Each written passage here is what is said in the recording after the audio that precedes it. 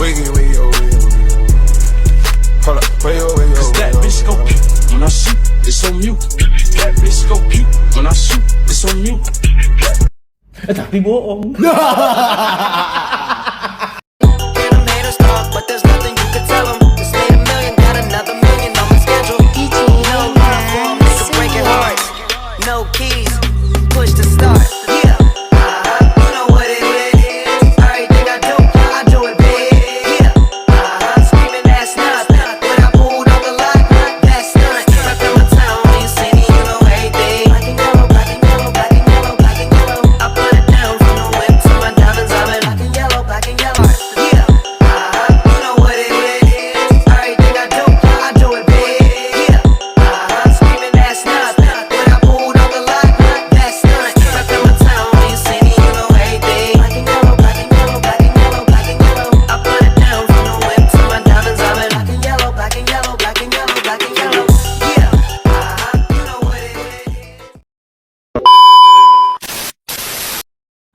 Halo semua, kami dari kelompok 2 ingin membahas materi tentang peristiwa Aceh, Gerakan Aceh Merdeka atau GAM, dan peristiwa penculikan para aktivis politik 1998.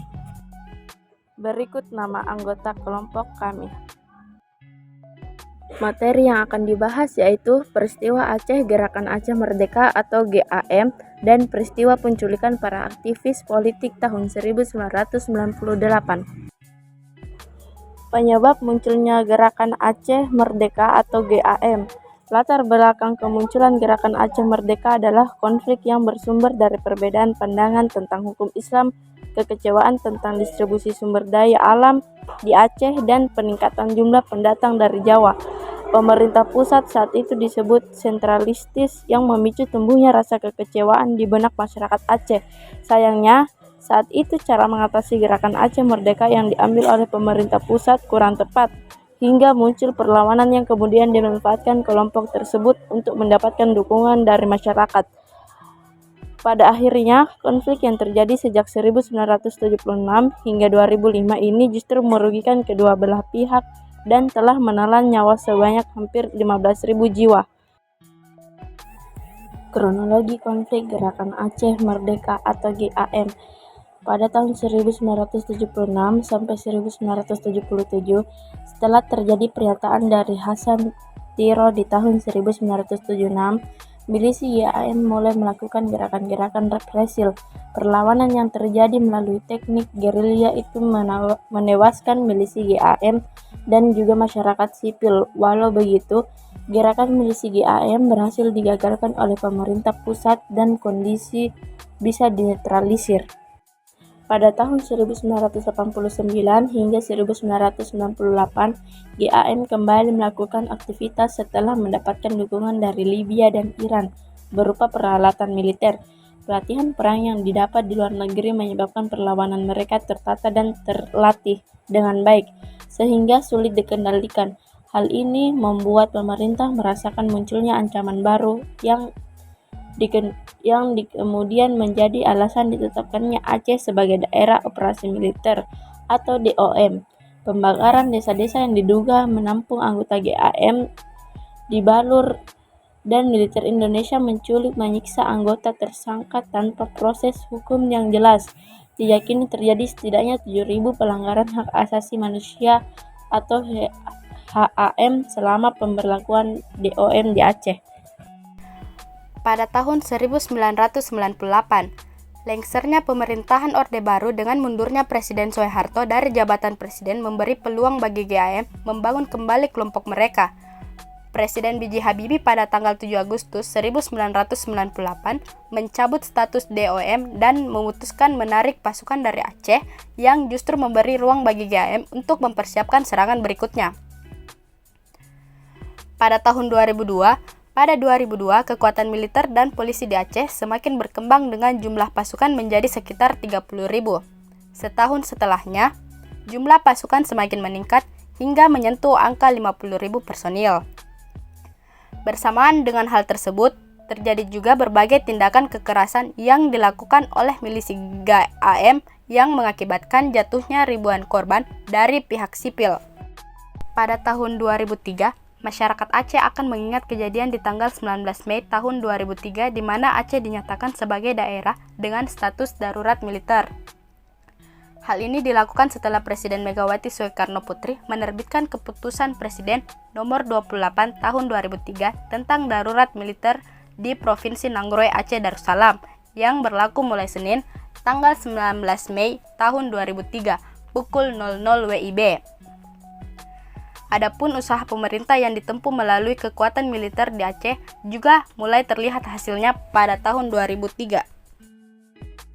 Kesepakatan Helsinki, gempa bumi yang menimpa wilayah Sumatera termasuk Aceh pada tanggal 26 Desember tahun 2004 memaksa kedua pihak yang bertikai untuk duduk bersama di meja perundingan dengan inisiasi dan mediasi oleh pihak internasional. Hal ini juga menjadi permulaan usaha GAM untuk menuntut kemerdekaan Aceh melalui jalur-jalur diplomatik. Pihak pemerintah Indonesia dan GAM pada tanggal 27 Februari tahun 2005 bersama-sama memulai langkah perundingan dengan melakukan pertemuan di Finlandia. Delegasi Indonesia dalam perundingan itu diwakili oleh Hamid Awaluddin, Sofyan Ade Jalil, Farid Husain, Husman Basya, dan I Gusti Wesaka Puja. Sementara dari pihak GAM diwakili oleh Malik Mahmud, Saini Abdullah, M. Nur Juli, Nurdin Abdul Rahman, dan Bakhtiar Abdullah. Dari pertemuan tersebutlah muncul beberapa kesepakatan antara pemerintah Indonesia dengan GAM untuk mencapai perdamaian. Kesepakatan tersebut terdiri dari beberapa bagian, yaitu 1.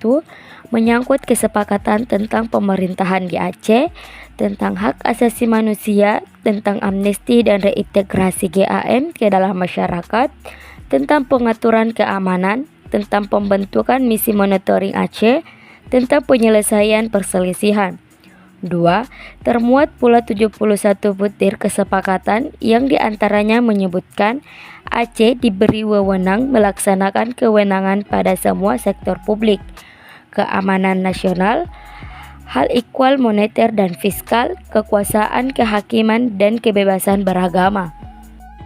Pelanggaran HAM dalam konflik Gerakan Aceh Merdeka atau GAM berikut adalah beberapa pasal dari UUD nomor 39 tahun 1999. 1.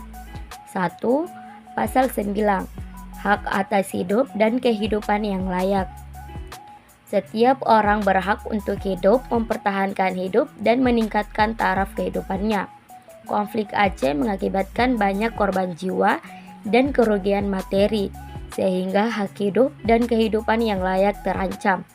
2. Pasal 28.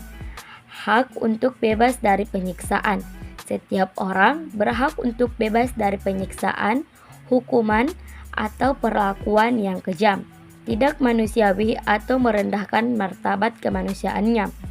Banyak laporan tentang penyiksaan terhadap para tahanan atau warga sipil oleh kedua belah pihak selama konflik GAM. Sekian dari pembahasan kasus peristiwa Aceh atau Gerakan Aceh Merdeka yang disebut GAM. Selanjutnya, kami akan membahas peristiwa penculikan para aktivis politik pada tahun 1998. Penculikan aktivis 1997 atau 1998 adalah penculikan aktivis pro-demokrasi yang terjadi antara pemilu legislatif Indonesia 1997 dan jatuhkan Presiden Soekarno tahun 1998. Kasus penculikan aktivis 1997 atau 1998 dilakukan oleh tim khusus bersama tim Mawar yang dibentuk oleh Mayor Bambang Kristiono.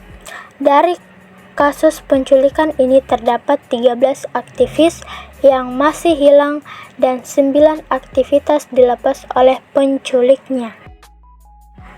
Alur penculikan sejak peristiwa 27 Juli 1996 saat para preman di dukun tentara merampas kantor dan menyerang simpatisan PDI pro Megawati di Jalan Diponegoro. ABRI memburu kelompok tersebut yang disebut radikal. Kelompok ini berniat untuk menggagalkan pemilu 1997 dan sidang umum MPR. Hal itulah yang kemudian membuat Jajan Kopassus Mayor Jenderal Prabowo Subianto menugaskan secara khusus melalui perintah lisan kepada Mayor Bambang Kristiono, Komandan Batalion 42 di bawah Grup 4 atau Sandi Yuda Kopassus. Latar belakang tugas tim adalah untuk mengumpulkan data dan informasi mengenai kegiatan kelompok radikal tersebut. Mayor Bambang kemudian memanggil Kapten Fauzani Syahril Mulhazar, Kapten Nugroho Sulitshu Budi, Kapten Yulis Selvanus, dan Kapten Dadang Hendra Yuhda untuk menganalisis informasi dan membentuk tim kasus pada pertengahan Juli 1997. Usai tim Mawar dibentuk, mereka pun mulai mengerjakan operasi pada 18 Januari 1998. Terjadi peristiwa ledakan di Rusun Tanah Tinggi, Jakarta Pusat. Kejadian tersebut kemudian membuatmu mengidentifikasi kerja mereka. Tim Mawar telah menyiapkan tempat penyerapan sekaligus markas tim Mawar di Pos Komando Tastil, Pos Kostis di Markas Kopassus Cijantung. Markas tersebut terdiri dari ruang rapat, ruang integrasi, dan 6 sel. Operasi penculikan pada 3 Februari 1998 sekitar pukul 9.30 WIB, Kapten Fauzini memerintahkan Kapten Dadang, Kapten Nugroho, dan Kapten Dajaka untuk menangkap Desmond. Desmond pun berhasil dibekukan ketika ia pergi keluar kantor sekitar pukul 12 siang. Penangkapan dihancurkan saat Desmond tengah turun dari mikrolet yang ia tumpangi. Setelah tertangkap dalam keadaan tangan terikat dan mata dibalut kain hitam, Desmond dibawa ke markas Kopassus di Cijantung. Penculikan selanjutnya terjadi pada tanggal 12 Maret 1998. Faisal Risa dan Raharja Waluyojati tertangkap di Rumah Sakit Cipto Mangunkusumo usai menculik ke-8 orang tersebut. Pada tanggal 27 Maret, atas perintah Mayor Bambang, Kapten Fauzan yang diminta menangkap Andi Arief. Andi Arief adalah Ketua Umum Solidaritas Mahasiswa Indonesia untuk Demokrasi dan Komite Pimpinan Pusat Partai Rakyat Demokratik. Andi Arief ditangkap di rumah kakaknya. Ia kemudian dibawa ke markas dan ditahan di sel bawah. 13 aktivis yang hilang. Yang pertama, Petrus Bima Anugrah, mahasiswa Universitas Airlangga, hilang di Jakarta 30 Maret 1998. Yang kedua, Herman Hendrawan, mahasiswa Universitas Airlangga, hilang di Jakarta pada 12 Maret 1998. Yang ketiga, Suyat, aktivis, hilang di Solo pada 12 Februari 1998. Yang keempat, Wiji Tukul, penyair dan aktivis, hilang di Jakarta 10 Januari 1998. Yang kelima, Yani Afri, sopir dan pendukung PDI Megawati, hilang di Jakarta 26 April 1997. Yang keenam, Sony, sopir tentara Yani Afri, hilang di Jakarta 26 April 1997. Yang ketujuh, Dedi Hamdon, pengusaha dan aktif di PPP, hilang di Jakarta 29 Mei 1997. Yang ke-8, Noval Al-Katiri, teman Dedi Hamdun, hilang di Jakarta 26 April 1997. Yang ke-9, Ismail, sopir Dedi Hamdun, hilang di Jakarta 29 Mei 1997. Yang ke-10, Ucok Mondandar Siahan, mahasiswa Perbanas, diculik saat kerusuhan 14 Mei 1998. Yang ke-11, Hendra Hambali, siswa SMU, hilang saat kerusuhan di Glodok, Jakarta 15 Mei 1998. Yang ke-12, Yadin Muhyiddin, alumnus Sekolah Pelayaran, hilang di Jakarta 14 Mei 1998. Dan yang terakhir, nomor 13, Abdun Nasir, kontraktor, hilang saat kerusuhan 14 Mei 1998 di Jakarta. Pasal yang terdapat pada kasus peristiwa penculikan para aktivis 1998. Undang-Undang Nomor 39 Tahun 1999 Nomor 1, Pasal 4 mengatur bahwa hak untuk hidup, hak untuk tidak disiksa, dan hak untuk tidak ditangkap, ditahan atau dipenjara secara sewenang-wenang adalah hak asasi yang tidak dapat dikurangi dalam keadaan apapun. Yang kedua, Pasal 33, setiap orang berhak untuk bebas dari penculikan atau penahanan secara paksa. Sekian storytelling dari kelompok kami. Terima kasih teman-teman.